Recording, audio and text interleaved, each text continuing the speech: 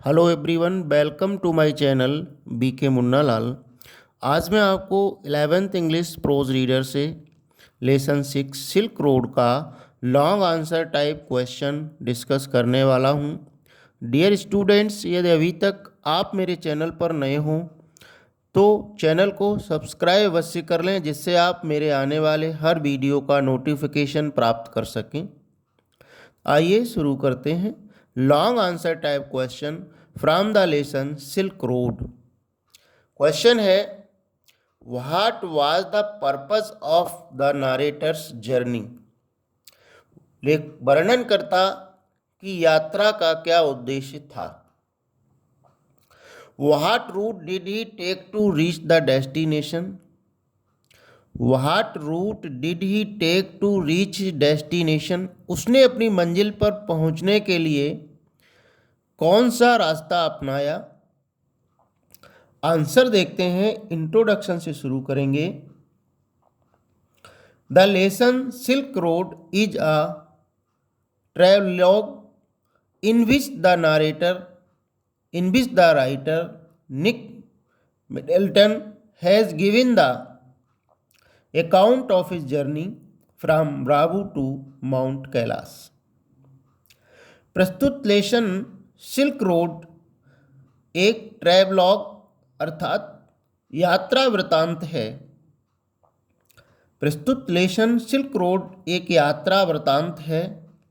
In which the writer Nick Middleton, जिसमें लेखक निक Middleton ने राबू से माउंट कैलाश के बीच की गई अपनी यात्रा का ब्यौरा दिया है, का वर्णन किया है।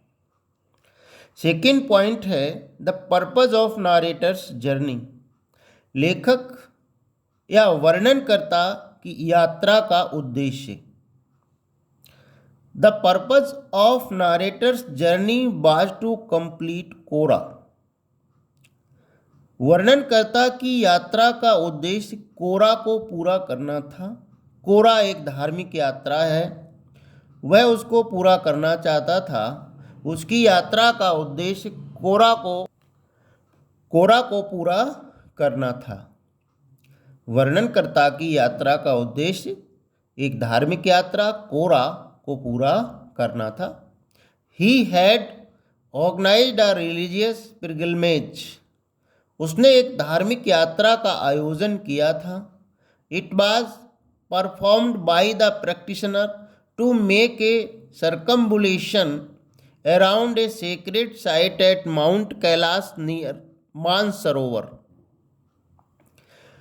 यह यात्रा माउंट कैलाश में मानसरोवर झील के पास एक पवित्र स्थान की परिक्रमा करने के लिए तीर्थयात्री के द्वारा पूरी की जाती थी।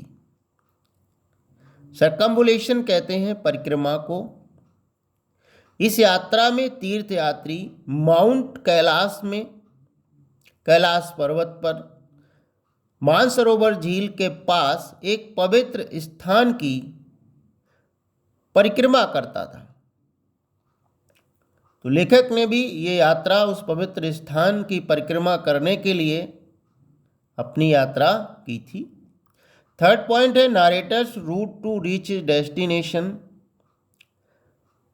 अपनी मंजिल पर पहुंचने के लिए वर्णनकर्ता का रास्ता, इसका पॉइंट है। The narrator took the ancient silk road over the Himalayas to reach his destination. वर्णनकर्ता ने हिमालय पर्वत के ऊपर से प्राचीन सिल्क रोड को अपना रास्ता बनाया था, अपना रास्ता चुना था वहाँ पहुँचने के लिए।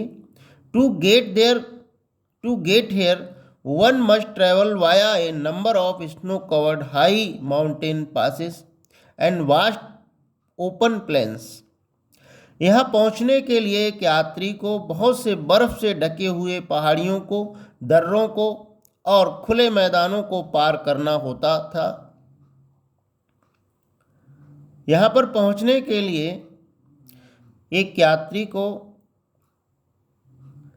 बहुत सी बर्फ से ढकी हुई ऊंची ऊंची पहाड़ों, दर्रों और खुले मैदानों से होकर जाना होता है, वहाँ से होकर अपनी यात्रा पूरी करनी होती है। The narrator pass through Hor and Darchen route, वर्णनकर्ता होर तथा डैरचन के रास्ते से वहाँ गुजरा। Hor was a gloomy and unkempt place, Hor एक निराशाजनक और गंदा स्थान था। अब हम इस आंसर को कंक्लूड कर सकते हैं। कंक्लूजन में, thus the narrator's purpose of journey was to complete kora. इस प्रकार से हम देखते हैं कि वर्णनकर्ता की यात्रा का उद्देश्य कोरा कंप्लीट करना था। कोरा जो एक धार्मिक यात्रा थी उसको पूरा करना था। He took the ancient silk road to reach his destination, उसने प्राचीन सिल्क रोड को अपनी मंजिल तक पहुंचने के लिए लिया था, अपनाया था।